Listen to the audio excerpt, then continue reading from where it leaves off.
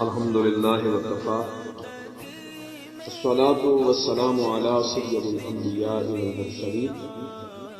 أما بعد فأعوذ بالله من الشيطان الرجيم بسم الله الرحمن الرحيم فإذا دخلتم بيوتا فسلموا على أنفسكم تحية من عند الله مباركة طيبة صدق الله مولانا العظيم۔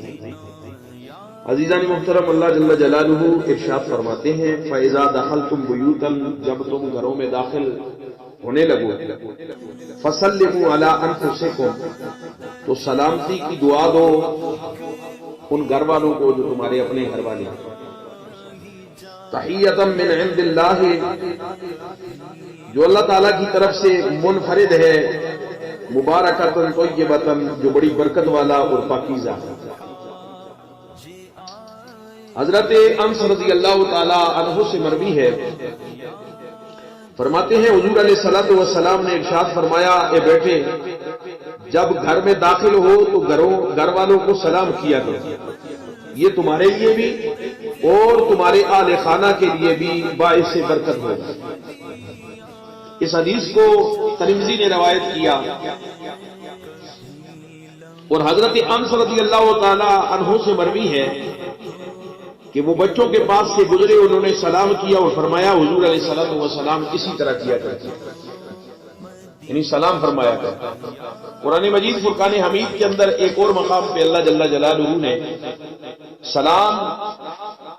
کرنے کا حکم دیا کہ جب تم ایک دوسرے سے ملو تو ایک دوسرے کو سلام کرو، سلامتی کی دعا دو۔ اور نبی رحمت صلی اللہ تعالی علیہ وسلم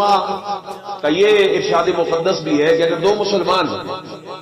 سفر میں ہیں، چل رہے ہیں، راستے میں کوئی پتھر یا لکڑی یا درخت وغیرہ کوئی آڑ درمیان میں آ جائے اور ایک آدمی ایک طرف سے دوسرا دوسری طرف سے گزر جائے، تو آگے جب وہ ملیں، یعنی ستون کے پاس سے گزر کے آگے ہو جائیں، درخت کے ارد گرد سے گزر کے آگے ہو جائیں، تو پھر ایک دوسرے کو سلام کریں۔ سلام کو اللہ سبحانہ تعالی جل مجدہ الکریم نے بندوں کے لیے سلامتی کی دعا فرمایا، اور نبی رحمت صلی اللہ تعالی علیہ وسلم نے اس کی اتنی اہمیت بیان فرمائی، اور دین کے اندر، شریعت کے اندر، اسلام کے اندر اس کی اتنی اہمیت ہے کہ ایک بندہ مومن کا دوسرے مومن کے ساتھ جو تعلق ہے، اس تعلق کو باہمی ربط دینے کے لیے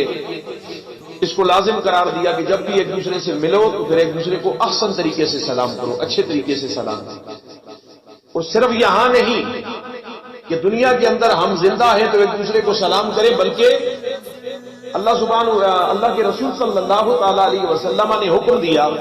اور اسلام نے اس کو لازم قرار دیا کہ جب تمہارے مسلمان بھائی دنیا سے چلے جائیں تو پھر بھی سلامتی کی دعا دینا نہیں چھوڑنا۔ جب ان کی قبروں کے پاس سے گزرو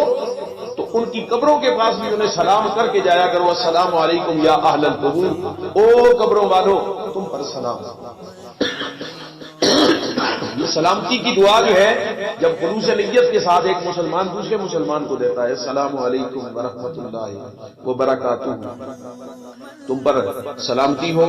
اور اللہ کی رحمتیں ہوں اور اس کی برکتیں ہوں، اور وہ بھی جواب میں سے یہی دعا دیتا ہے۔ اب ذرا سوچو، صبح و شام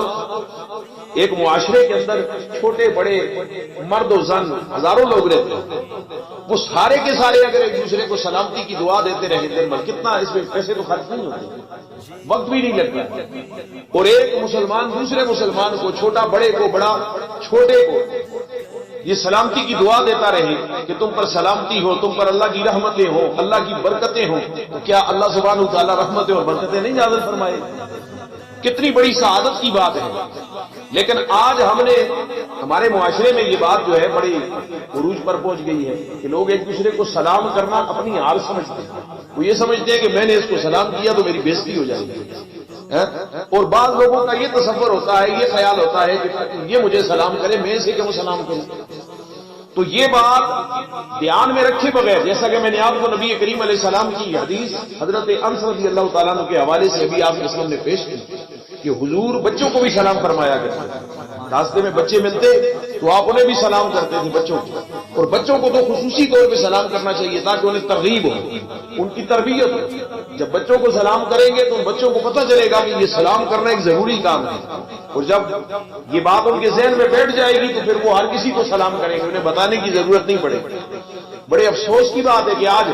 مسلم معاشرے کے اندر ہمیں یہ باتیں جو ہیں